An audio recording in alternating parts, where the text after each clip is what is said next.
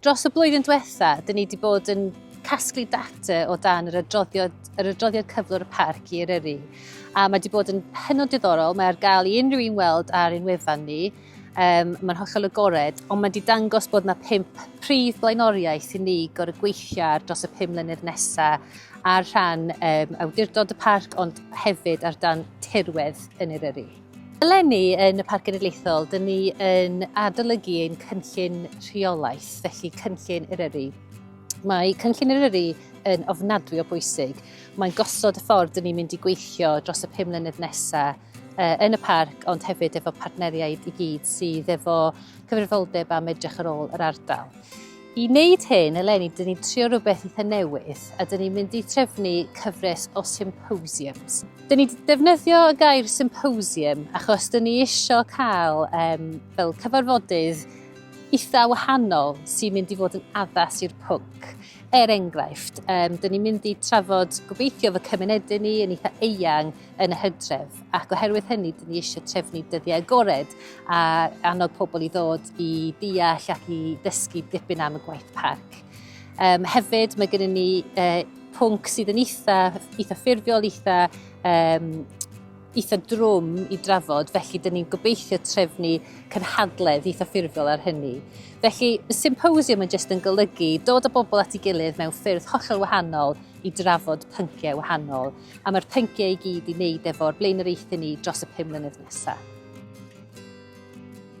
So, enrap, cynllun Adfer Natur ar gyfer Eryri. Da ni wedi bod yn gweithio ar hwn 2 flynedd dwytha gyda'r partneriaeth Natur Eryri yn creu grŵp tasg i ddatblygu'r enrap. A rwan, da ni angen eich syniadau, eich barn chi i orffen yr enrap, Cynllun Gweithredu Adfer Natur yma, i ni gael rhoi y gwybodaeth mae gyd at ei gilydd a gwybod beth ydych chi eisiau allan o'r cynllun yma. Mae'r sesiwn yn cael ei gynnal ar y 5/20 o Fehefin, a swn ni'n rili licio gweld gymaint o'ch chi yna, as y bosib i chi rannu eich barn, rannu syniadau a deud chi ar cynefinoedd Eryri a beth ydych chi eisiau gweld yn newid a beth ydych chi eisiau gweld yn digwydd. Mae o'n Blas Tan y Bwlch am 10 o gloch yn bore, 4 o gloch yn pnawn, a felly drwch chi ddod unrhyw adeg yn ystod y dydd, jyst dropiwch heibio a jyst deud eich dweud. Mae gwarchod a gwella bywyd gwyllt a gwydnwch natur yn rhywbeth sydd yn hanfodol bwysig iddyn ni yma yn yr awdurdod. Mae'n rhan o pwrpasau statudol ni. Mae'n rhywbeth da ni'n cyfrannu tuag ato fo trwy partneriaeth natur Eryri ar hyn o bryd. Felly, da ni eisiau mynd â hynna mellach, dyna pam da ni wedi creu'r symposiums yma ar fin tynnu pawb at ei gilydd. Da ni eisiau cyfraniad pawb mwyn cyfrannu tuag at y nod allweddol bwysig yma.